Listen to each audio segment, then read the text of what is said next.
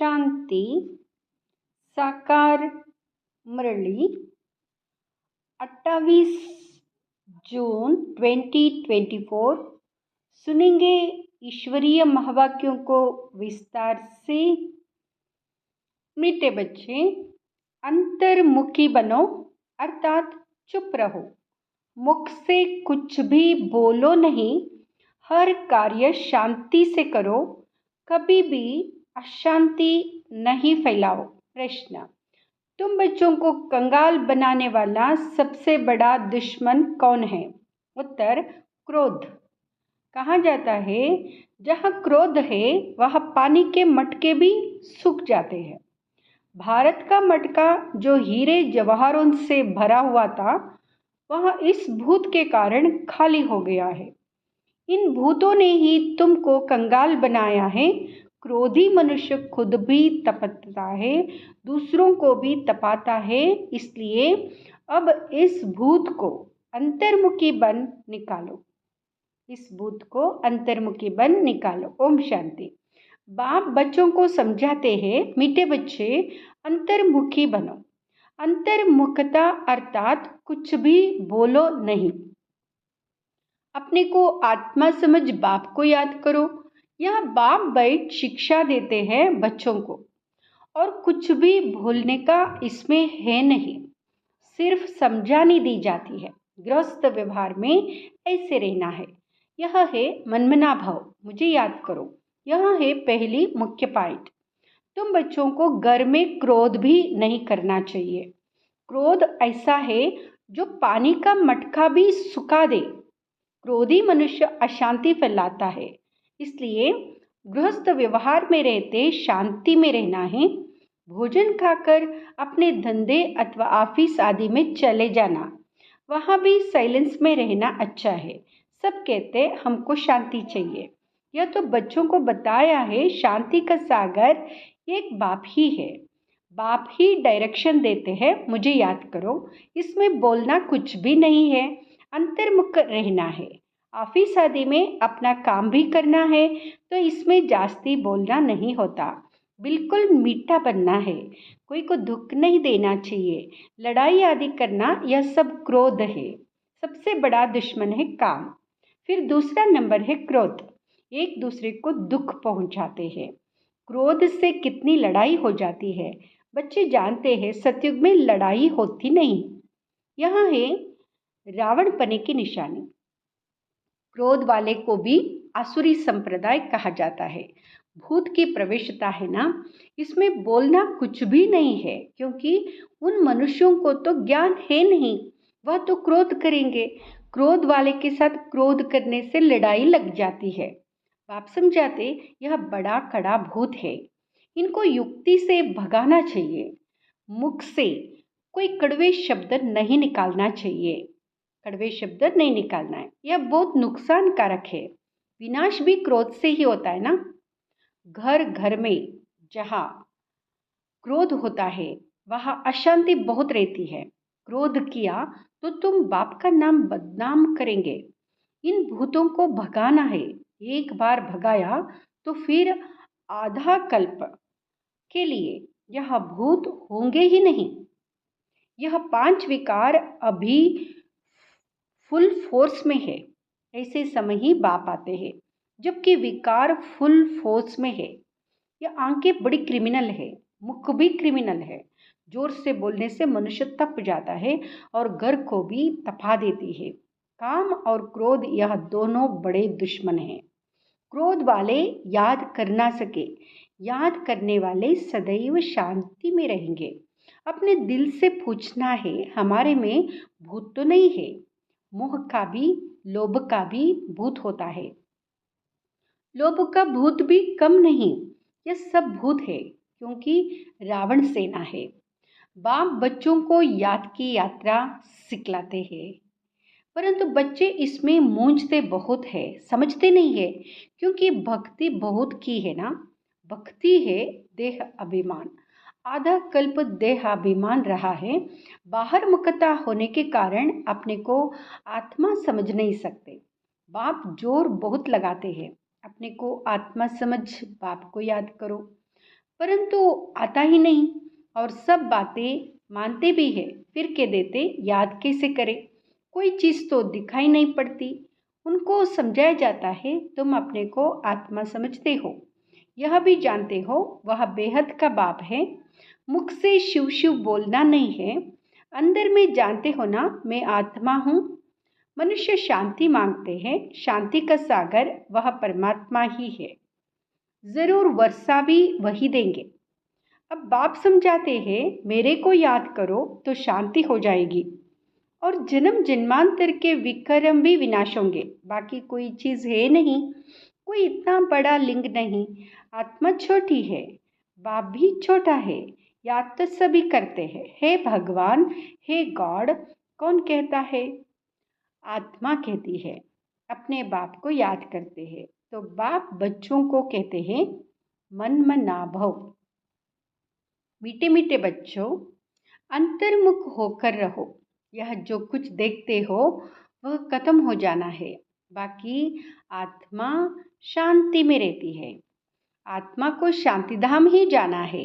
जब तक आत्मा पवित्र नहीं बनी है तब तक शांतिधाम जा नहीं सकती। ऋषि मुनि आदि सब कहते हैं शांति कैसे मिले, बाप तो सहज युक्ति बताते हैं, परंतु बच्चों में बहुत है जो शांति में नहीं रहते हैं। बाबा जानते हैं घरों में रहते बिल्कुल शांत नहीं रहते, सेंटर्स पर थोड़ा टाइम जाते हैं, अंदर में शांत हो बाप को याद करे वह नहीं है। सारा दिन घर में हंगामा करते रहते हैं तो सेंटर पर आने से भी शांति में नहीं रह सकते हैं। कोई के देह से प्यार हो गया तो उनके मन को कभी शांति हो ना सके, बस उसकी ही याद आती रहेगी। बाप समझाते मनुष्यों में है 5 भूत, कहते हैं ना इनमें भूत की प्रवेशता है, इन भूतों ने ही तुमको कंगाल बनाया है। वह तो करके एक भूत होता वह भी कभी प्रवेश कर लेता है। बाप कहते यह 5 भूतों के हर एक में प्रवेशता है, इन भूतों को भगाने के लिए ही पुकारते हैं। बाबा आकर हमको शांति दो, इन भूतों को भगाने की युक्ति बताओ। यह भूत तो सभी में है, यह रावण राज्य है ना, सबसे कड़ा भूत है काम क्रोध। बाप आकर भूतों को भगाते हैं तो उनके एवज में कुछ मिलना तो चाहिए ना। वह भूत प्रेत भगाते हैं, मिलता कुछ भी नहीं। यह तो बच्चे जानते हैं, बाप आते हैं सारे विश्व में भूतों को भगाने। अभी सारे विश्व में सब में भूतों की प्रवेशता है। देवताओं में कोई भूत नहीं होता, ना देहाभिमान का, ना काम क्रोध लोभ मोह, कुछ नहीं होता। लोभ का भूत भी कम नहीं। या अंडा खाओ वहाँ खाओ, भूतों में भूत रहते। अपने दिल से समझते हैं बरोबर हमारे में काम का भूत है, क्रोध का भूत है। तो इन भूतों को निकालने के लिए बाप कितना माथा मारते हैं। देह अभिमान में आने से दिल होती है बाकी पहनो यह करूं, फिर कमाई सारी छिट हो जाती है। क्रोध वाले का भी यह हाल है, क्रोध में आकर बाप बच्चों को मार देते हैं, बच्चे बाप को मार देते हैं, स्त्री पति को मार डालती है। जेल में जाकर तुम देखो कैसे कैसे केस होते हैं। इन भूतों के प्रवेशता के कारण क्या हाल भारत का हो गया है। भारत का जो बड़ा मटका था, जो सोने हीरो आदि से भरा हुआ था, वह अब खाली हो गया है। क्रोध के कारण कहते ना पानी का मटका भी सूख जाता है। तो यहाँ भारत का भी ऐसा हाल हो गया है।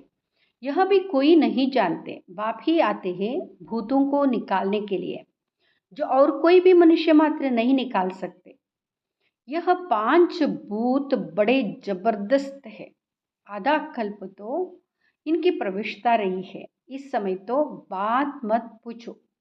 भल कोई पवित्र रहते हैं परंतु जन्म तो विकार से ही मिलता है। भूत तो है ना, 5 भूतों ने भारत को बिल्कुल कंगाल बना दिया है।